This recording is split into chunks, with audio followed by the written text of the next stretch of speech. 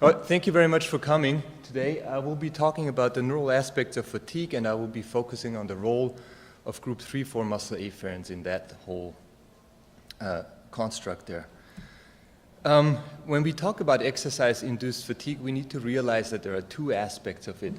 There is a peripheral component and there is a central component to it. The peripheral component basically means anything that contributes to fatigue in terms of less force or power output in response to a given neural input. So when the brain and the central nervous system activate the peripheral muscle, it responds in a certain way. And when you get fatigued, that response is attenuated. That's called peripheral fatigue, and that takes place in the actual peripheral muscle itself. There's another component, it's central component, and what that means is basically that that there is a reduction in the output from spinal motor neurons. What this means is that the central nervous system does not activate the peripheral muscle to the same degree anymore. So central and peripheral fatigue. These two things combined, and they affect voluntary performance. And my interest in this thing here is the role of group 3-4 muscle afferents in linking fatigue with performance. Before we get too far into it, I want to briefly introduce what these group 3-4 muscle afferents actually are. These are sensory neurons that innervate skeletal muscle, and they project to various sites within the central nervous system. And we don't know all the sites these afferents project to. There's different options in different places, but they are active. And there are two different types. There's a group 3 muscle afferents. Those are thinly myelinated. They have a relatively quick conduction velocity, up to 30 meters per second, and they are mechanosensitive. That means when you stretch the muscle or scratch the muscle or you have pressure in the muscle, they start increasing their discharge frequency to the central nervous system. And then there are group 4 muscle afferents. They are unmyelinated. Their conduction velocity is a lot slower. It's less than 2.5 meters per second. And they are sensitive to metabolites that accumulate during exercise. When you contract the muscle, there is an accumulation of metabolites. These afferents sense those metabolites. They increase the discharge frequency and project to the central nervous system. And they are very important during exercise. And this slide here is from Mark Kaufman's lab. What he did is he had a cat, which was the cerebrate cat, on a treadmill, and you can stimulate electrically a certain area in the brain, and you can make that cat walk on a treadmill. And at the same time, he recorded directly from group 3 afferents and from group 4 afferents. As you can see, the black bar there is this when the exercise started, when the cat started walking, and the discharge frequency went up immediately with the onset of exercise for both group 3 and group 4 afferents, and it stopped when the cat stopped walking. The reason why I'm showing you this is because I think it's extremely important to realize that these group 3-4 afferents are active even during very light, moderate type, not even moderate, very light exercise. It's a cat walking, so they are activated even by this very low intensity exercise. It's also important to realize, and this is work from one of my colleagues in Salt Lake, that there are two subtypes of metabosensitive muscle afferents. So this is Al Light, he did the work. What he took mice and he took out dorsal root ganglion neurons and put them in a dish, and he exposed those dorsal root ganglion with metabolites, as you can see here, pH, ATP, so hydrogen ions, ETP, and lactate. And he looked at the calcium release in response to these metabolites. The metabolite concentrations were chosen to mimic resting condition, moderate intensity exercise, heavy intensity exercise, and ischemic exercise or post-exercise circulatory occlusion conditions. These concentrations are based from microdialysis studies or muscle biopsy studies with the idea of mimicking the whole range of exercise intensity. And the interesting thing was that there was one subtype of muscle afferents, these are metabosensitive afferents, that started the discharge from rest to about heavy exercise, so it gets this is calcium release. Calcium release increases all the way to heavy exercise. But then when the metabolite concentration gets even higher than that, they actually come down with their firing frequency. And there's another subset of muscle afferents that doesn't do anything until you get to the very high intensity exercise or the ischemic condition, and then they start firing. And this is very important data because many people study the role of these afferents after exercise when they keep a muscle ischemic, so you trap the metabolites in there and you keep these receptors firing, not realizing that the metabolic milieu in that muscle, when it's ischemic, actually gets worse. There's no blood flow anymore, no oxygen anymore. So the metabolite concentration gets worse, and then the afferents that are active during exercise, they stop firing, and a different subset increases firing. So that's important to realize that with PICO technique, we might not even study those type of afferents that are active during exercise, during normal exercise. This is the way we quantify central and peripheral fatigue. This is an old slide with a magnetic stimulator. We now use electric stimulator. It sits on the femoral nerve and applies a discharge. And we do this before and after exercise. Over there on top, you see the twitch force. So you stimulate briefly that muscle. It kicks out. There's a force transducer down there, which you can't see where the leg is hanging down. It quantifies the force that that muscle is generating in response to that stimulation. And then you can calculate voluntary muscle activation, which is usually somewhere between 95 or 90 to 100%. And then you do the same thing as soon as possible after the exercise, and you get a little bit less force in response to the same stimulus. On top there, that's what we call peripheral fatigue, and there's also a reduction in voluntary muscle activation. That's what we call central fatigue. And we are interested in the excitability of the central motor pathway. So the central motor pathway is very important because it basically links the brain with the muscle. So the brain generates the intention of exercising in prefrontal areas, sends signals to the primary motor cortex, and that signal is getting relayed down to the muscle, which actually contracts. So it's very important to make sure, or not to make sure, it's very important that this pathway stays responsive throughout exercise, because if we would lose excitability, we would just simply not be able to activate the muscle to the same degree anymore. So it's very interesting to know what the central motor pathway does during exercise. And we can quantify this. You see this person here on the bike. He has a little coil on top, so we can magnetically stimulate the motor cortex with this yellow arrow up there, this little thing there. We activate this, and then electric signal is traveling down, and in the periphery we can get, from the surface EMG, we can get what's called a motor-evoked potential. And the change in motor-evoked potential from before to after exercise or throughout exercise, that gives you an idea about the excitability of the pathway. If that signal gets smaller, excitability is reduced. If that signal increases, excitability goes up. But there are different sites or different anatomic locations that make up this whole pathway. So there's the motor neuron down there, and there's the sarcolemma and the muscle itself. So we need to tease out if there are changes in the excitability of this pathway. We need to know where do these changes occur. And for that, we have different set of stimulations. You see behind the ears there's electrodes here. We send about 400 or 500 volts through that thing very shortly. You take a baseball bat and just hit somebody really quick. It's like that. It's not pleasant at all, but it gives us good data. And you can again measure the response to this stimulation in the periphery, and that's called a SMEP.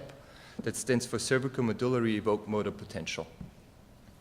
And then you can stimulate the peripheral motor nerve. There's a little cable hanging out here that sits directly on his motor nerve, and we get an idea about the excitability of the sarcolemma and the muscle itself. And with these three stimulation techniques, we can tease out where changes in the excitability of that motor pathway happen during exercise. And since we are interested in neural feedback, particularly group 3-4 muscle afferents, I want to tell you how we study that. We need to manipulate lower limb muscle afferent feedback during leg exercise. And the way we do this, as you see here on top, we have a needle that goes into between two vertebrae. It goes into the spinal canal. And you know that you're placed in the right place when out of that needle there's a little drop of cerebral spinal fluid coming out, and you know you're at the right spot. And then we inject a drug called fentanyl. It's an opioid receptor agonist, mu-opioid receptor agonist.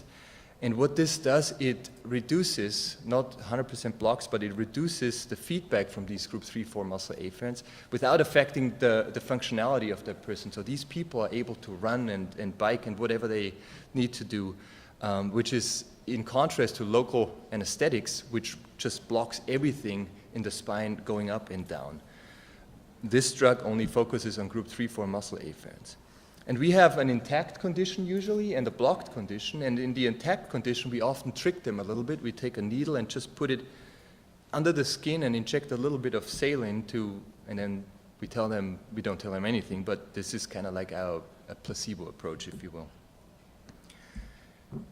But there's a potential danger with this technique in terms of the drug migrating, because the cerebral spinal fluid circulates in there, and it's possible that the drug actually goes from the injection site all the way to the brain. And the question then is, are the observed changes the result of missing afferent feedback, or did fentanyl migrate within the cerebral spinal fluid to directly affect cerebral opioid receptors? Those receptors are everywhere in the brain. And if the drug makes it to the brain, all bets are off. We don't know anymore, is what we see because of a reduced afferent feedback or a direct effect on the brain. And you can test for that. So we do CO2 sensitivity test and arm exercise with and without fentanyl. And if fentanyl migrates indeed from the injection site to the brain, the CO2 sensitivity is attenuated. This is because these receptors, when they are faced with opioids in the brain, the ventilatory response to CO2 is attenuated. So if we see that, the data from that person is not going to go into the analysis because we know it made it to the brain. And the same with arm exercise. Since we inject down in the lumbar region, we block everything that comes from the legs, but the cardiovascular and ventilatory response to exercise should be unaffected by that. So we do before and after the injection of fentanyl, we do arm exercise and quantify these cardiovascular and ventilatory responses, and if they are the same compared to without the drug, then we're good to go. And just to give you an idea about the efficacy of that block, we had people sit in a chair and we electrically evoked knee extensions. So they contracted the quadriceps muscle, and not voluntarily but electrically evoked, and that resulted in an increase in mid-arterial pressure during exercise. And since central command is doesn't contribute there because it's evoked exercise, all of this mid-arterial pressure response comes from afferent feedback. And when we put our drug on board and we do the same electrically evoked exercise, the mid-arterial pressure response is 60% attenuated, telling us that we approximately attenuate 60% of these fibers. If you use a local anesthetic with this, again, local anesthetic is a full block, nothing goes up, nothing comes down, then you see absolutely no blood pressure response to electric stimulation. So that would be a 100% block.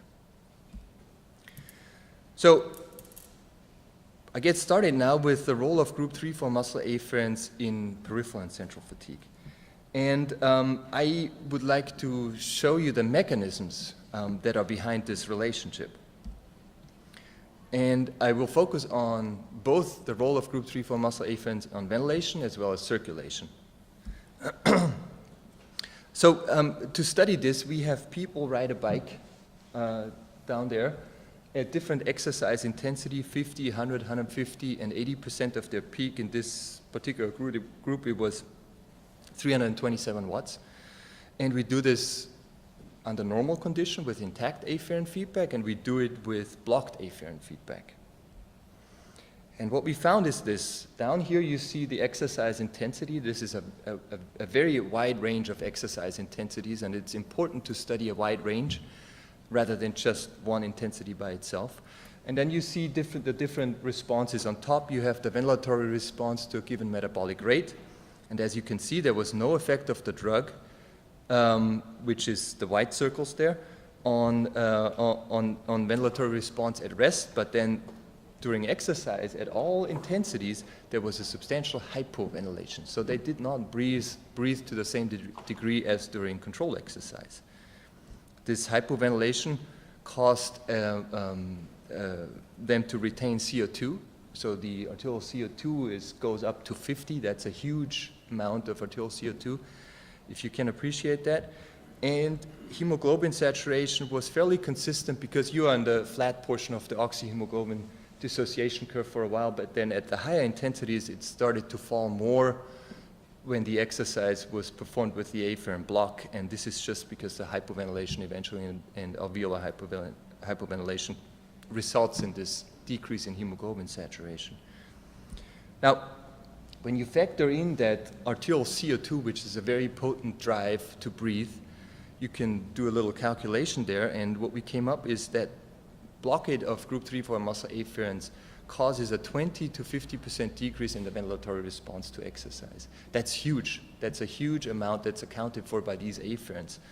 And we only block about 60% of these afferents. So in reality, the role of these afferents in the ventilatory response to exercise might even be larger. Now I'm going to focus on the circulation. We switch exercise modality. Now this is knee extension exercise. The subject is sitting in this is actually a car chair, like a bucket seat type of thing. And behind the subject is a bike that is connected to the leg of that subject, and he just kicks out his leg, and the bike pulls the leg back, and then he kicks it out and pulls it back, so we can isolate the exercise to the quadriceps. We do this at different intensities, 15, 30, and 45 watts under control conditions and with fentanyl. And we use Doppler ultrasound. There's the monitor on top there, and then this white cable, that's the probe that sits on the femoral artery, so we can get an idea about blood flow, femoral blood flow. And we have arterial and venous lines. This might be arterial and this is venous, I don't know. And we sample blood from there at certain times, and with the blood flow, direct FIC allows us to calculate oxygen consumption of that muscle, and we get all sorts of ideas in terms of humoral factors and all these type of things. And we are interested in blood pressure. These lines are connected to intravascular pressure sensors, and we are interested in cardiac output. And this is the blood flow response. This is control condition and fentanyl for rest and the different exercise intensity, and this is blood flow. There is no effect on blood flow at rest when they just sit there, but during exercise at all those intensity, blood flow is actually attenuated. As a matter of fact, blockade caused about a 15% reduction in limb blood flow. These are other cardiovascular responses. On top here is mean arterial pressure. Again, the drug has no effect on mean arterial pressure at rest, but at all exercise intensity, it significantly attenuates the response. Venous pressure is unchanged. And this is some heart-related variables. Heart rate not affected at rest, but significantly attenuated during exercise. Stroke volume is interesting. It goes up from rest to exercise. And then stays consistent during this exercise modality. With the block, it didn't even change from rest to exercise. It just stayed at resting levels. And these two taken together make up cardiac output, which was, again, attenuated during exercise with the muscle block, or with the afferent block. And overall, we can say that blockade caused up to 25% decrease in central hemodynamics. And those findings are very interesting. Not just because they are ours, but they are interesting because they stimulate the thinking on three important issues concerning neurocontrol of ventilation and circulation during exercise. What we found is that these afferents actually play a key role in the control of breathing. And the traditional view on that was that ventilation is mainly assigned to central command. The other one was that the evoked reflex effects are present even at very low intensity exercise. In the past, people have proposed that the reflexes are evoked by metabolites generated by mismatch between blood and oxygen supply and demand, and probably occurring at rather higher exercise intensity. We found that this is present even at the start and not so much of an error signal that has been proposed in the past. And we also found that there's no compensatory response for the missing afferent feedback, and the traditional view is that there is a redundancy in the system that compensates for the removal of one mechanism by increasing the impact of another. Now, I don't want to exclude a certain degree of compensatory response in our studies, but it was certainly not enough to compensate for that missing feedback. Taken together, we can say, based on these studies, that blocking skeletal muscle afferents compromises muscle O2 transport. And this is, on the one hand, through ventilation, because oxygen transport in that case is reduced because of a reduction in arterial oxygen content. Its effects on circulation, and that is because there's a reduction in leg blood flow and therefore oxygen transport to the muscle. And in reality, the total effect, of course, is a reduction in oxygen transport resulting from a combination of a reduced arterial oxygen content and a reduced limb blood flow. And reduced limb blood flow and reduced oxygen delivery to a muscle rings a bell. And this is because the muscle is very sensitive to muscle O2 transport in terms of peripheral fatigue. So changes in convective oxygen transport affect exercise-induced rate of development of peripheral fatigue. What that means is when you increase oxygen transport to a muscle, for example, by breathing 100% oxygen, you attenuate that rate of fatigue development, and if you reduce convective oxygen transport, for example, by going to the top of a mountain or something like this, you accelerate that rate, so the muscle fatigues a lot faster during exercise. Based on what I just told you, the question was then, what are the effects of muscle afferent feedback on the development of peripheral fatigue during locomotor exercise? And we had subjects ride a bike again at 300 and something watts for about 7 minutes. This is the control condition, and after the exercise, the locomotor muscle were about 20-something, 30% weaker compared to exercise. And then they repeated the exact same bout of exercise, but with block muscle afferents, and we found that end exercise fatigue was substantially exaggerated, as you can see here. And the conclusion from that was that skeletal muscle afferents are key in providing the basis for optimal peripheral locomotor muscle fatigue resistance. I will now switch to the effects of the skeletal muscle afferents on central fatigue, and again look into some of the mechanisms that might account for this relationship. Specifically, I'm going to look into the effects of these afferents on descending neural drive, so what the higher brain areas send out in order to make the muscle contract. I will look into the excitability of the corticomotor-neuronal pathway. That's that thing that I showed you at the beginning. And these two things ultimately make up the output from spinal motor neurons, because that's really what the muscle sees in terms of a neural drive, and then how this contributes to central fatigue. The first question that we had, of course, is, do group 3-4 muscle afferents impair voluntary muscle activation and cause the development of central fatigue during whole body exercise? And the way we looked into this was we had constant load cycling exercise, once again at 80% of the peak power output for about 10 minutes under control conditions and with fentanyl. And we looked into quadriceps voluntary muscle activation, which is an indicator of changes in voluntary muscle activation, or is an indicator in central fatigue. And we used superimposed twitch technique to quantify voluntary activation, again before and after exercise. And we looked into the excitability of the pathway, corticomotor-neuronal excitability. And what we found is in control exercise, when they did this constant load exercise all the way to exhaustion, we found a reduction in voluntary muscle activation, meaning this exercise causes central fatigue.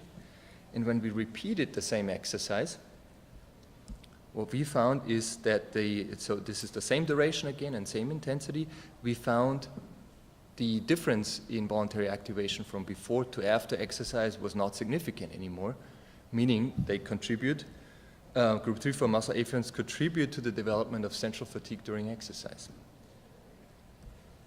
I will shift over to the excitability of the corticomotor neuronal tract now.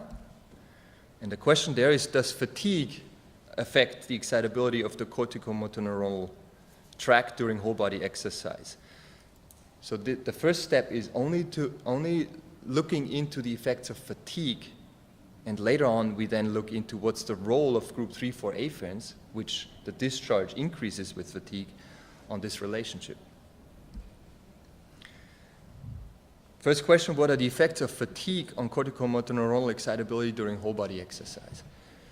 And this is a little bit tricky. I'm trying to do a good job to explain that to you. So we had people on a bike at, once again, 80% of peak power output all the way to exhaustion.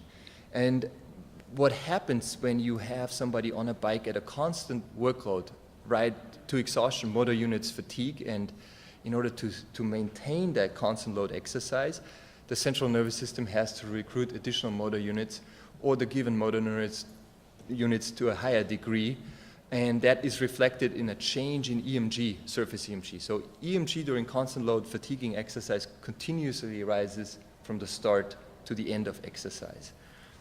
And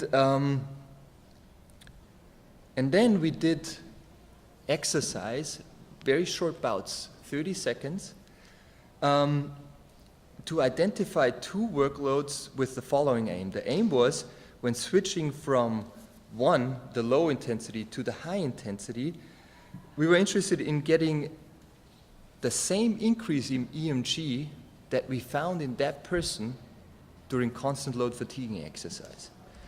So the goal was, I think this makes it clear, hopefully, is that we achieved the same increase in EMG one time in the presence of fatigue and the other time in the absence of fatigue. And after fiddling around for quite a while, we found these intensities. As you can see here, down here you have delta EMG during fatiguing cycling. It's a line of identity, and this is delta EMG during non-fatiguing cycling. And the non-fatiguing cycling was approximately 200 watts and 400 watts. The change just without fatigue in drive gets you the same increase in EMG as you would have during constant load exercise. And this is what we found. Fatigue influences corticomotor neuronal excitability during exercise. On top there you have MEPs. Now MEPs again is the excitability of the entire pathway, not specific to any site. And what we found is this is non-fatiguing exercise, that the excitability of the pathway actually increases. And this increase, down here, this is the MEP over SHMEP ratio that gives you an idea of what the motor cortex is doing. Nothing happened at the motor cortex. The excitability of the cortex itself remained the same, but we saw an increase in the excitability of the motor neuron. So the overall excitability of the pathway was accounted for a change in motor neuronal excitability. And then we compared that to fatiguing exercise, and we found absolutely no change in none of the variables that we looked at. And the conclusion from there was that fatigue compromises or disfacilitates motor neuronal excitability during whole body exercise. And of course, the follow-up question is, now we know that fatigue decreases the excitability. What's the mechanism behind it? And we looked into the role of group 3-4 muscle afferents and the effect of those on corticomotor neuronal excitability during whole body exercise. Again, 80% bike exercise, consistent load for about 10 minutes under control condition and fentanyl, and we looked into the excitability changes during exercise by using all of these stimulation techniques again. And this here is the control condition. This is the start of exercise, and this is at exhaustion. Now they are still riding, but they are at the point of exhaustion now. And what we found is that the overall pathway, the excitability did not change during exercise from the beginning to the point of exhaustion.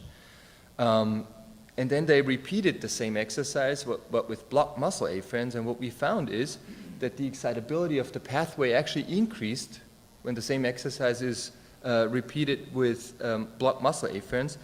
And that increase in the overall excitability is accounted by an increase in cortical excitability. So the motor neuron is not affected by these muscle afferents. And the conclusion there is that during exhaustive whole body exercise, group 3-4 muscle afferents do not influence the excitability of the spinal motor neurons, but compromise the excitability of the motor cortical output cells. Now, to summarize this a little bit, is the significance of these group 3-4 muscle afferents for the exercising human. On the one side, they facilitate performance by optimizing peripheral fatigue, by making sure that enough oxygen gets to the working muscle, by making sure that the ventilatory and the circulatory response is appropriate. On the other hand, they limit performance by facilitating central fatigue during exercise. Now the question, of course, with these two opposing effects is what if the afferents are blocked during endurance performance? What's the net effect of these opposing effects? And we looked into this once again with constant load cycling at 80%, intact feedback, blocked feedback, and we were interested in time to exhaustion and central motor drive during exercise. How hard do they push? And this is what we found. This here is central motor drive, and as you can see in the fentanyl condition, every single one of the participants pushed a little bit harder. This is derived from surface EMG, which is a surrogate of central drives to a certain degree. And they all pushed harder when the muscle afferents were blocked. But at the same time, despite this greater effort they put into the exercise, the time to exhaustion was lower. So these two opposing effects, one outweighs the other, apparently. And the impact of blocking group 3-4 muscle afferents on exaggerating peripheral fatigue is greater than attenuating central fatigue, with the net effect of a compromised performance during exercise. But we know that the effects on compromising performance through peripheral fatigue is because of the role of these afferents in the development of peripheral fatigue, which is secondary to an attenuated oxygen delivery. So the question was, what if the impact on peripheral fatigue is controlled for by regulating muscle O2 delivery during exercise, by blending in a little bit extra oxygen, making sure that in both conditions, control as well as fentanyl block, the oxygen delivery to the muscle is the same. And we did that again during time trial exercise this time. And we had normoxic conditions where they just did breathe room air.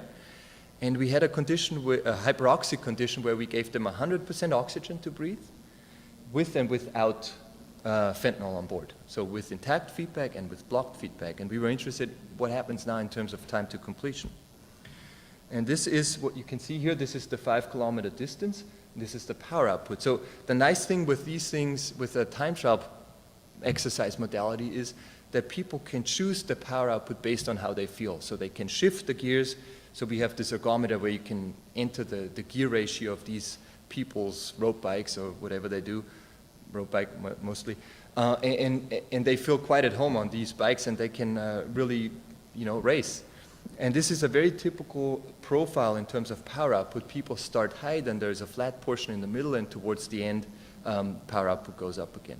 This is under normoxic condition, with an average power output of about 260 watts.